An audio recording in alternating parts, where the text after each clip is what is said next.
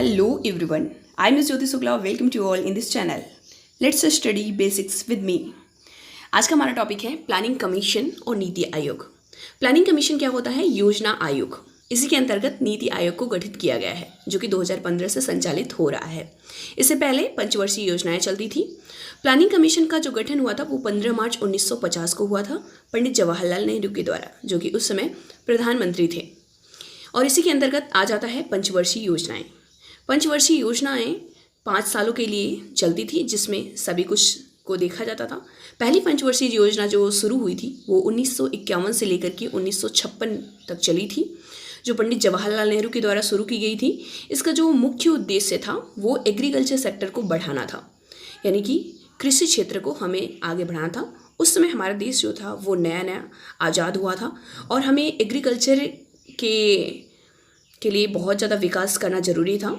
यह जो पंचवर्षीय योजना शुरू की गई थी वो हेराल्ड डोमर मॉडल पर आधारित थी और इसमें हम लोगों ने जो लक्ष्य रखा था, हमारे देश ने, हमारे प्रधानमंत्री ने 2.1% का लक्ष्य था और विकास जो हुआ था वो 3.6%। तो काफ़ी अच्छा परफॉर्मेंस रहा था। पहली पंचवर्षीय योजना काफ़ी हद तक सफल रही थी और इसमें हम लोगों ने खाद्यान्न आपूर्ति की तरफ काफ़ी अच्छे से आत्मनिर्भरता की तरफ बढ़ने का संकल्प लिया था और आगे बढ़ता हुआ दिखाई भी दिया था भारत देश अपना। और उसके बाद सेकंड आता है सेकंड 5 ईयर प्लान। 1956 से लेकर के 1961 तक चलता है। ये महालनोबिस मॉडल पर आधारित होता है। इसका मुख्य उद्देश्य था to promote industrial sector. Industrial sector को प्रमोट करना, यानी कि उद्योग को आगे बढ़ाना था।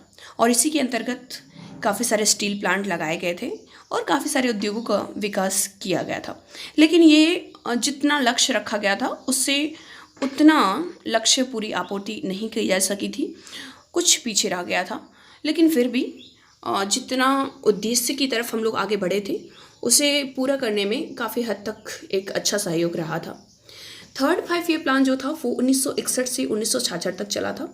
ये सैंडी चक्रवर्ती महालनोबिस मॉडल पर आधारित था, लेकिन ये अच्छे से सफल नहीं हो पाया था क्योंकि उस समय चाइना और पाकिस्तान से वार हो गया था। आप जानते हो 1962 में चाइना से और 1965 में पाकिस्तान से वार हुआ था और इसी के बाद इस पंचवर्षीय योजना को स्थगित कर दिया गया था 3 सालों के लिए। 3 सालों के लिए गैप हो गया था और इसी के अंतर्गत 1 साल की ये योजनाएं लाई गई थी, जिसके अंतर्गत ग्रीन रिवोल्यूशन, जिसे हम हरित क्रांति के रूप में जानते हैं, और इसका मुख्य उद्देश्य था एग्रीकल्चर को प्रमोट करना और इसमें हम लोगों ने काफ़ी अच्छे से डेवलप भी किया था। उसके बाद फोर्थ 5 ईयर प्लान आता है, चौथी पंचवर्षीय योजना 1969 से 1974 तक। इसका मेन एम था टू बिल्ड इकोनॉमी को अच्छा बनाना और टू स्ट्रॉन्ग डिफेंस सिस्टम को मजबूत बनाना। क्योंकि आप जानते हो इससे पहले ही चाइना और पाकिस्तान से युद्ध हुआ, तो वहाँ से ये देखने को मिला कि हमें अपने रक्षा क्षेत्र को बहुत ज़्यादा बनाने की ज़रूरत है, क्योंकि जिससे आगे आने वाला कोई भी युद्ध हो तो उसमें हम एक मजबूती के साथ अच्छे से खड़े रह सकें। 5वीं पंचवर्षीय योजना जो थी वो 1974 से लेकर के 1979 तक रही थी। ये डीपी धर मॉडल पर आधारित थी। इसका मुख्य उद्देश्य था प्रमोट पुअर्स, यानी कि गरीबों का सहयोग करना था। और 6th 5 ईयर प्लान जो आता है, 6वीं पंचवर्षीय योजना, वो 1980 से लेकर के 1985 तक चलती है। ये इनपुट आउटपुट मॉडल पर आधारित होती है। इसका मुख्य उद्देश्य था प्रमोट एम्प्लॉयमेंट, यानी रोजगार को बढ़ावा देना था और एग्रीकल्चर सेक्टर को भी बढ़ावा देना। उसके बाद 7th 5 ईयर प्लान जो था 85 से 90 तक चलता है और उसी के बाद फिर से हमारी इकोनॉमी काफ़ी ज़्यादा डैमेज होती है और इस वजह से फिर रोक दिया जाता है पंचवर्षीय योजना को और 2 साल तक रोका जाता है। उसके बाद 1 साल के लिए न्यू इकोनॉमी पॉलिसी स्टार्ट की जाती है, जिसमें प्रधानमंत्री होते हैं नरसिम्हा राव और finance minister doctor Manmohan Singh. तो ये जो नई आर्थिक नीति काफ़ी हद तक काफ़ी अच्छे से डेवलप किया था। 8th पंचवर्षीय योजना जो थी वो 1992 से लेकर के 97 तक थी और 9th 5 ईयर प्लान जो था, 9वीं पंचवर्षीय योजना 1997 से लेकर 2002 तक था। इनपुट आउटपुट मॉडल पर आधारित था और इसका मुख्य उद्देश्य जो था वो था इक्वलिटी, यानी कि समानता। 10वीं पंचवर्षीय योजना जो थी वो 2002 से लेकर के 2007 तक चली थी। इसका मुख्य उद्देश्य था fiscal responsibility budget management act को लाना, यानी कि राजकोषीय जो घाटा होता है वो हर साल देखा जाता है कि बहुत ज़्यादा घाटे में जाता है, तो वो घाटे को कम करने के लिए 11वीं पंचवर्षीय योजना जो थी वो 2007 से लेकर के 2012 तक चली थी। इसका मुख्य उद्देश्य था इंक्लूसिव ग्रोथ, यानी सबका विकास करना था।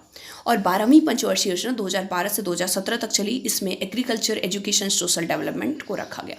और इसी के बाद आ गया नीति आयोग। इसी के बाद नहीं, इसी के अंतर्गत ही आया था, यानी 2012 यानी 12वीं पंचवर्षीय योजना जो थी 2015 में वो आई। 1 जनवरी 2015 से इसको स्थापित किया गया। इसका पूरा नाम जो है नीति का national institution for transforming India होता है।